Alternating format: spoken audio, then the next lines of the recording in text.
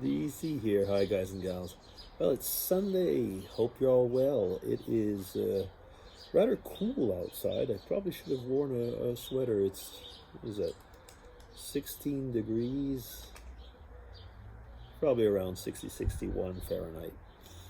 And but it's still comfortable. You can hear the birds. They're around. Yesterday, Mrs. DC invited me out to go to the movies. She had a gift card, which is well, actually, there's a certain amount of money on it for the movie theater.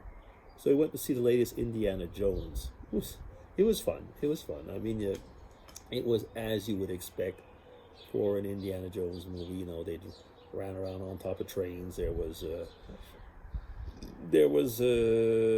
snakes. There were bugs. There was inside caves and stuff like that, and a lot of running around, and as really, frankly, as expected. Was it a great movie?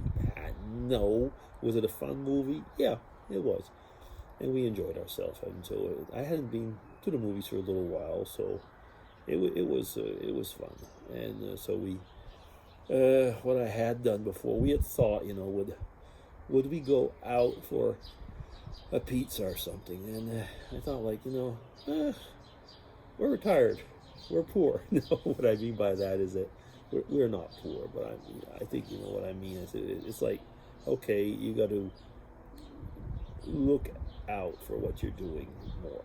And I thought, okay, yeah, let's make it special. It's still like a date night, so I went and bought to Aldi's, and I went and bought two steaks, and I stuffed them in my bag, and after the movie, we came home.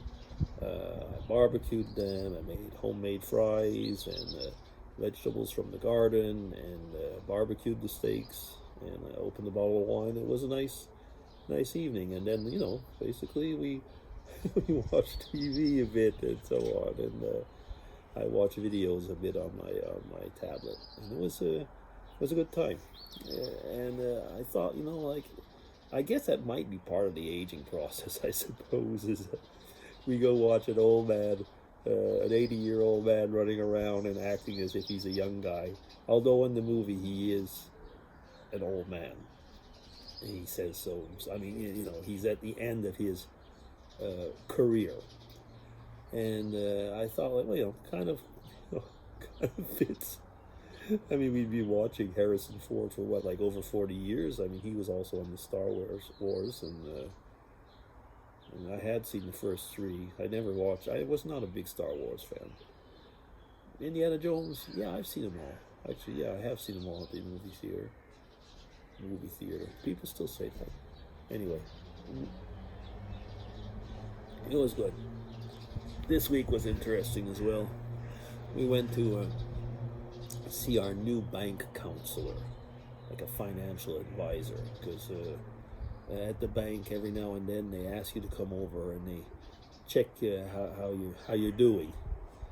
And it was interesting. It was a new lady, and since we're freshly retired, it was good because we looked into how things will evolve, and basically how things will evolve. I'm not going to say until we're passed on, but kind of in a way, because when you're at that moment, unless there was some unexpected enormous inheritance, which there won't be, excuse me, you kind of know, like, what you have to live with for the coming years. And it was interesting because I guess we'll be okay, but as we all look together, it means that there's certain things that you can do and certain things you cannot do, and or you take into account what will be the unexpected things that will probably come, not even health related, but I mean, like, maybe a new car, for example, at one point, or no car, or a trip, or no trips, and so things like that. And how much should you, even on your limited income, are you able to put a little bit aside? I mean, are you too stretched, and so on? And when you're discussing things like that with the bank, it's always kind of like, okay, I hope it's going to be okay. I mean, yeah. Anyway, so it's interesting. I never was a person who, who went into. I guess it's because I just got up this morning and never was all that interested in finances and making money. I was always more interested in spending money, I guess. No, but I had some colleagues at work. They were really into the stock market and spent all their time doing that. And we were talking about that actually.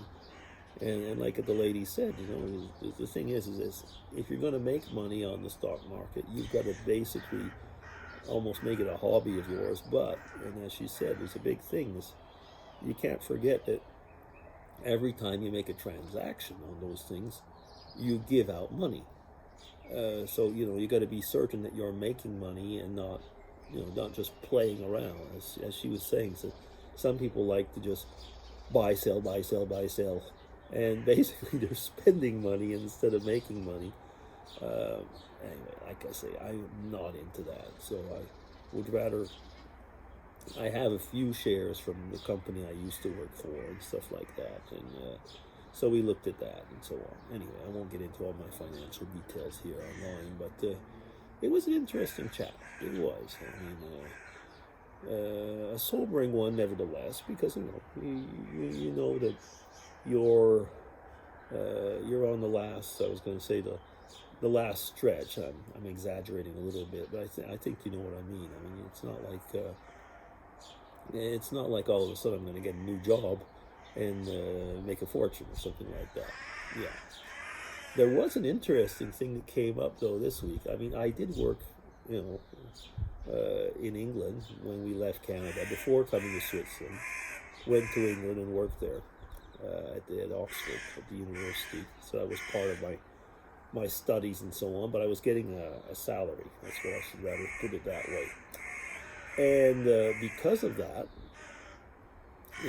I'm actually getting an English pension. I got a mail last week, and it's so funny because I say funny, and I find it actually frustrating and funny at the same time. The Canadian government, it's a long story, but I really did get almost nothing from my few years that I worked in Canada. But I'm getting four times more of not much from the time I worked in England, and that's really amusing. I find it's really amusing because I mean the whole system in Canada was, well, basically, use a very mean word, screwed me. I could use a worse word because I was having at the time in Canada, I had money from the government, grants and so on. And I guess because it was government money, I wasn't paying. They weren't making me pay into the pension fund, and because of that, all those years where I was honored by being a person with a grant, I was not actually contributing to my future, or they were not making me contribute to my future. I guess they were saying, we're giving you the money now, we're not going to give it to you later on. So people did not have grants came out better as far as retirement was concerned than people that did. But that's another story. And in England, I mean, that was English money, so that was okay. I mean, there was a Canadian grant that was not included, of course, for the same reasons I just said. So the English part was good. Yeah, it was fun.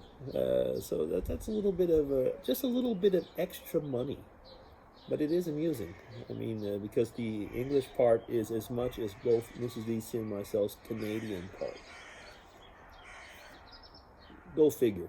Actually, once you get to retirement, oh goodness, 9 minutes. Once you get to retirement, you see how the governments make it complicated and almost impossible to calculate what you're going to be receiving. Yeah. I've spoken long enough. I see I'm coming up to 10 minutes, so I guess I'll stop there. So I guess I hope you have a great Sunday. We're off to church in a bit, so I'm going to have to go and prepare breakfast and so on, and tell Mrs. DC that she's going to have to get up slowly. And yeah, okay, so DC signing off. Take care, everybody. Have a great Sunday. Bye-bye.